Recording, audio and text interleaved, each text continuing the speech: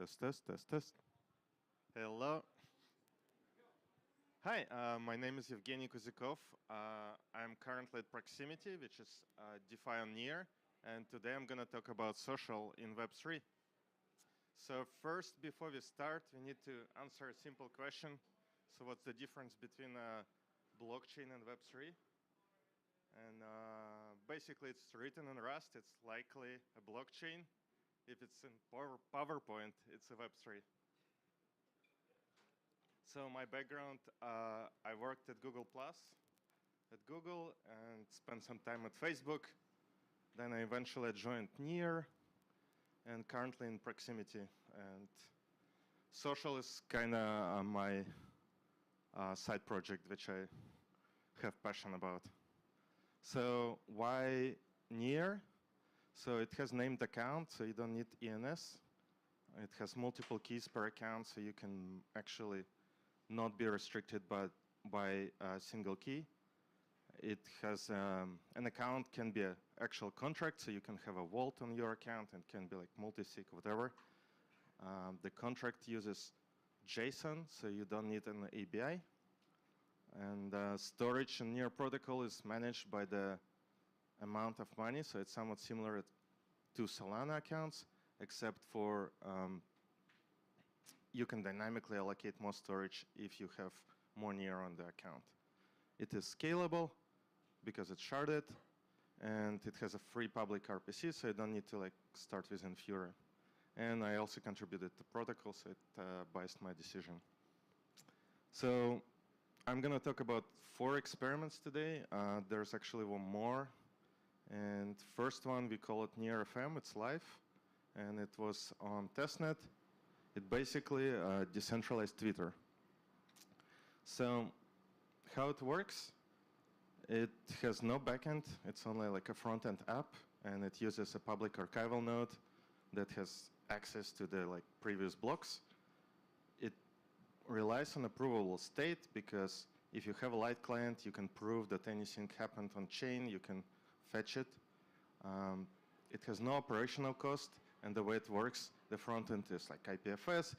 The user covers the cost of the storage and reads a comment from the public RPC node.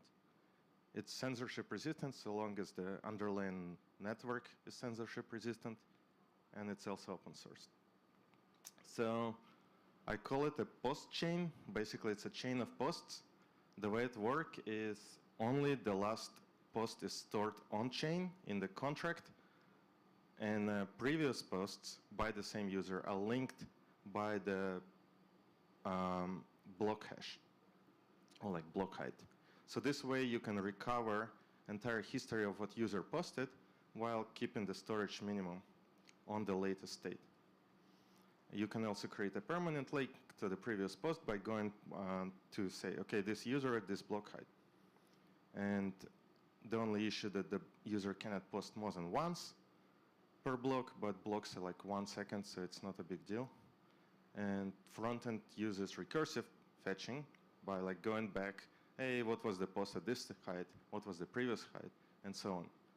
And you cannot delete it because it's on blockchain, which is maybe an issue. The contract also has a social graph where user can create bidirectional edges, so they can basically notify someone that they got followed, and they cover storage for this reverse edge.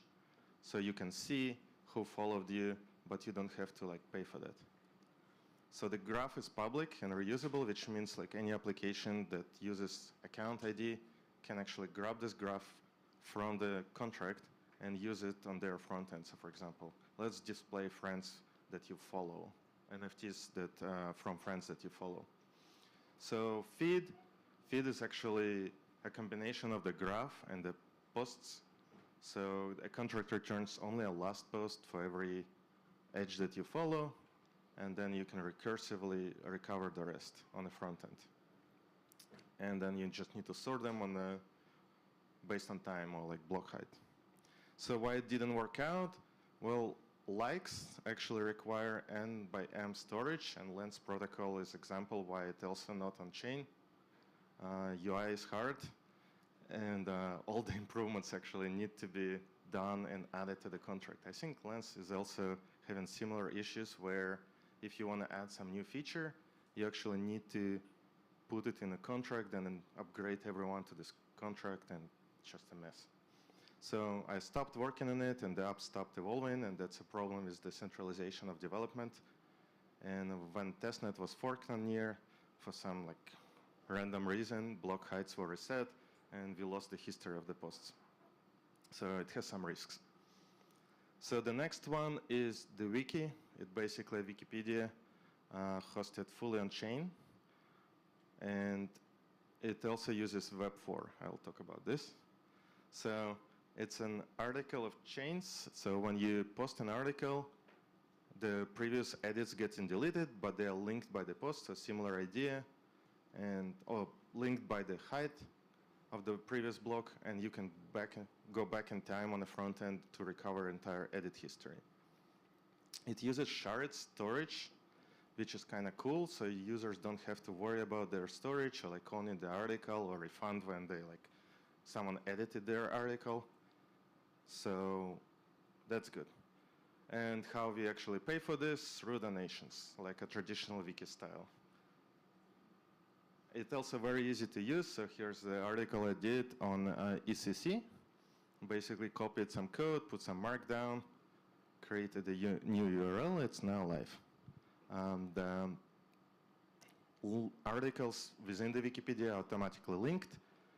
So if you create a new article and create a link, you will be able to navigate from one article to another, so you can actually create the real Wikipedia on this. Markdown is very simple and less bytes to store it on chain, and you only need one transaction to create an article, and it will be live.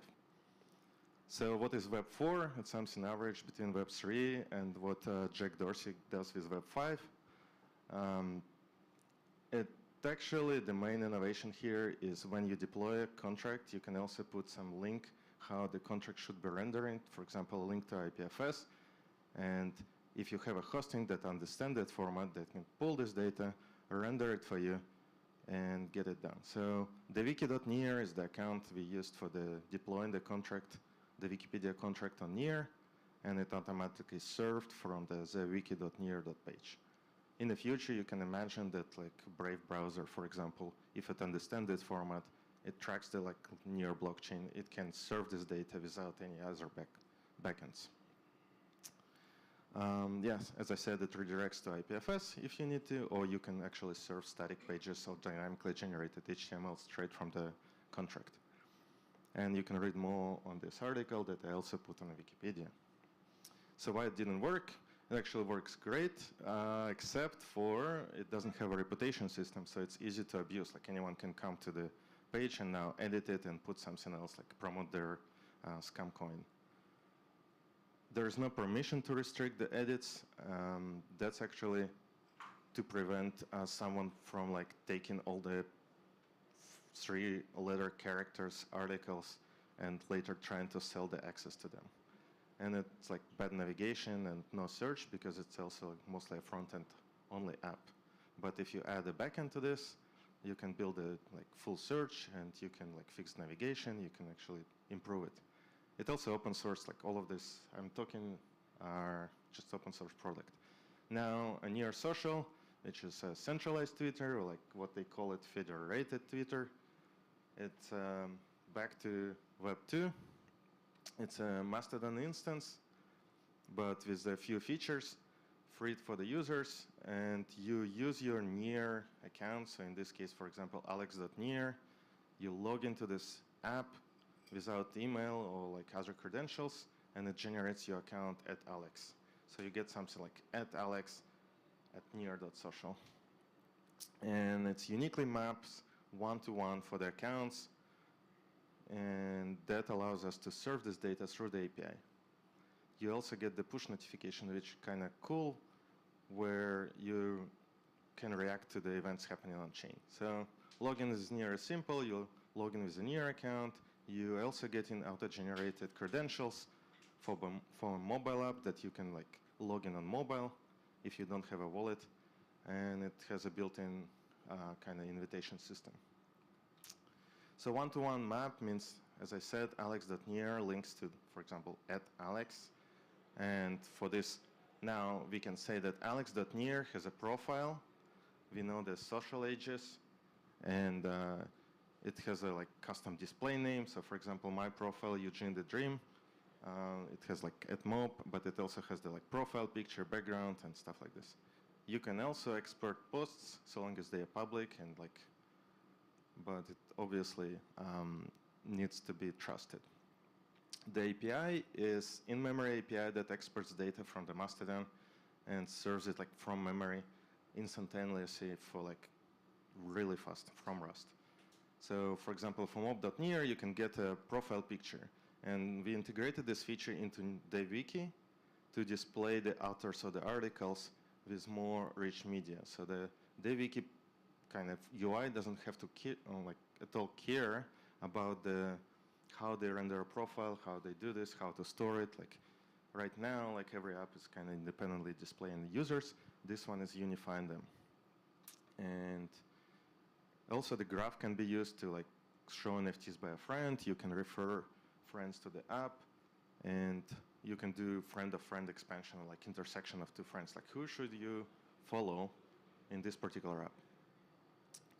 It also has the push notifications, which works the following way.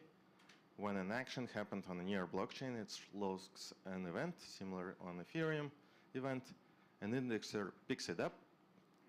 So in this case, the wiki contract has an article modified by one of the users, or created in this case. This event is caught by the indexer. A subscriber to some type of event through the filter gets a push notification on some random backend. Through the Mastodon API, the traditional API, it makes a post on the Mastodon and tagging the user that was just created this article or edited it, and my mobile app on Mastodon just picked it up and rendered this. So it's kind of cool where within 2 seconds, I get a notification for something happens on chain on a completely random independent account. So why it didn't work out? It was centralized, and that was the main problem. It failed the network effect because people are really not interested in another Twitter. They just want to be only on Twitter. It has no incentives to join, and it was not really composable, so only outside of API you can do this. So you need to use the Mastodon API that's off-chain, and it's hard to iterate because it's on Ruby. So I present you Social 7.0 because I'm skipping 3 other products that I built that not very relevant to this talk. So it's 7th iteration. So before we go, I want to talk about what is social in Web 2. And we have a company, or the company. It basically creates the application. Then it's used by the users. The users create the data, and the data is used by the application, and it's owned by the company. So what about developers? Well, they're actually begging for the data and getting wrecked by the company. So that's a social in Web 2. Now in social in Web 3, we actually start with developers. They build applications, and the applications used by the users who create data, and the data is used by the applications, but it actually owned by the users. So the developers do not own this data, but they can use this data, and also they can reuse applications because they are open source usually. So that's pretty good. So what about the company? Well, it's been said. So what is social? So to answer this question, I actually have to Google it because it's a hard question. And majority of the social media talks about we have a profile, identity, and a bio. That's what identifies you as a user. You have social graph, contacts, and groups. That's your connections to other people. Achievements, badges, and soulbound tokens. That's actually the thing that you made in life and you are proud of or not. Well, for example, a soulbound token can be a negative one, but you cannot get rid of this. You have public feeds, blogs, and newsletters. That's how you get information from your network. And you can add encryption to this data. And now you have private nodes, your settings, all the personalization that is not accessible by all the developers.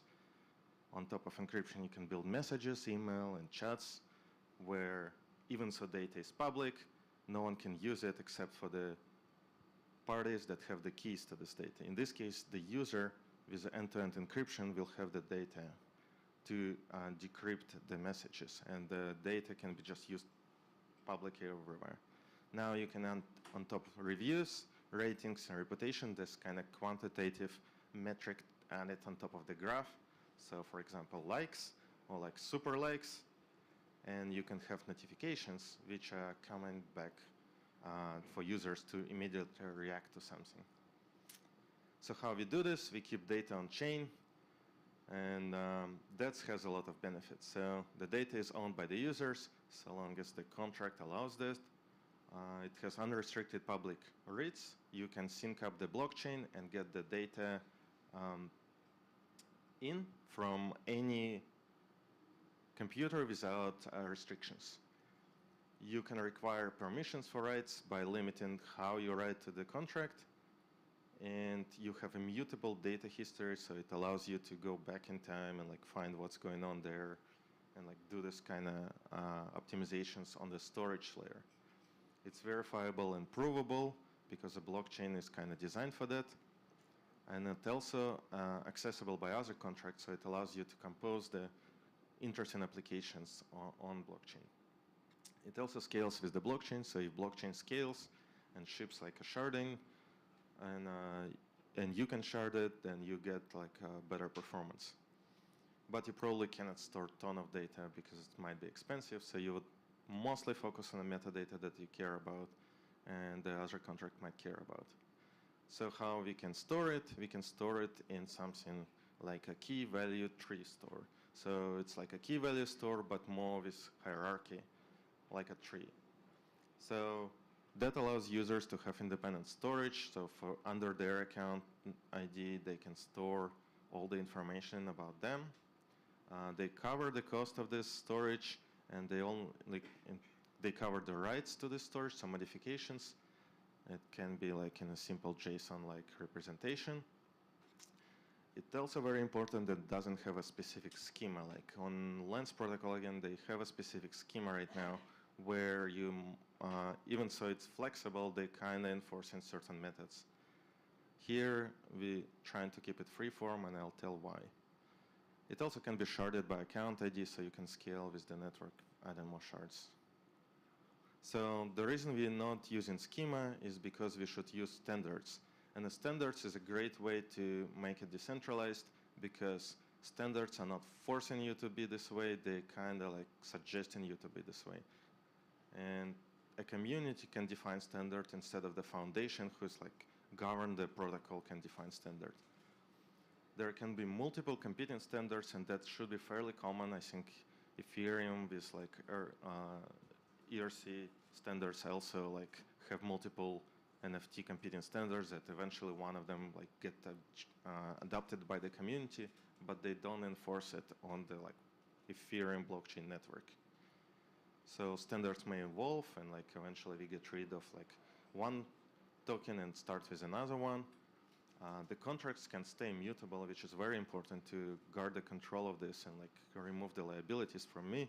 If I develop this contract and later like someone comes to me and like saying, hey, can we delete this account? And I don't have an option to do this. And it also modifies how we create new applications. So we start with idea, then we deploy the MVP without writing a standard first. Then we test it publicly, and if it seems to be working out, then we define a standard. So like we propose the standard, and it's created and like discussed by the community. Then there's a write permissions on top of this layer, and user has a control over the write permissions. And for example, they can only give a permission to modify a profile information under a profile, like up to a certain amount of bytes. So that allows you to onboard JavaScript developers who really don't have the experience with the contract development, and they can write apps for that social platform. You can build contract permissions. You can do data-based permissions, which are interesting. You can pretty much implement an NFT. on this if you specify, hey, only the person who in this key has ability to modify that key. And you can have permission for permissions, which is like way too complicated. So what is a front end for this? It's a JavaScript and can be only a front end, so don't need a contract. There can be multiple React components, React hooks for this, and a simple JSON API to query this, but also you can have a custom API backends that can do more complicated logic. You can also use WebSockets for live updates, so your app is more live. So what is the backend? The backend is synchronized to near blockchain. It indexes historical data, but it also understands all the standards that were invented and agreed on by community. You can obviously have multiple of them. So it can do search, it can do graph expansion, it can do rating and reputation, it can do notifications, but it also can be upgraded frequently, not like a contract. It's also open source, so anyone who don't like the current backend and like don't have access can spawn their own backend and use it. So here's the architecture. We start with this contract on the near blockchain, where there's other contracts. Then the front ends interact with the near blockchain, and blockchain or like other contracts can interact with the social contracts. Then we involve standards. The standards come into the contracts and front-end apps, and finally you can build the custom backends that are like understand standards and have custom logic. So why it may work? So basically data, apps, and users and developers create a network effect. The social graph makes it easy to onboard new applications. Badges and achievements create gamification, and we see this with games. Users bring their friends in because they're like, hey, you're missing out. And developers build new application that brings users more, and overall the ecosystem keeps growing. So every component is replaceable, and the open source is encouraged. So that allows you to like spawn any other PS data is public, so you can take it out, spawn on a different blockchain, and it has no governance and no token and no operational cost. So that's actually very important because the governance has the bias. Tokens create different incentives, and the cost, if I die, they better like live. So thank you, and let me know if you have questions.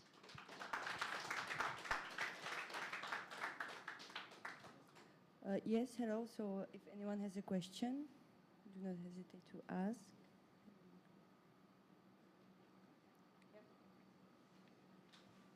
Could you elaborate a bit on the role of tokens? So the tokens usually like creates variable incentives on this, and we don't want a token for the something that is base layer. So if you want to monetize your product, you can issue your own token, but it doesn't need to be on this low level where you just store data and a user cover for the storage of the data. So that's why we don't need a base layer token to modify, because there's no governance involved. Like anyone can propose a new standard, anyone can write data in the format they want, and they all have equal access. Any other questions? Well, thank you. Thank you.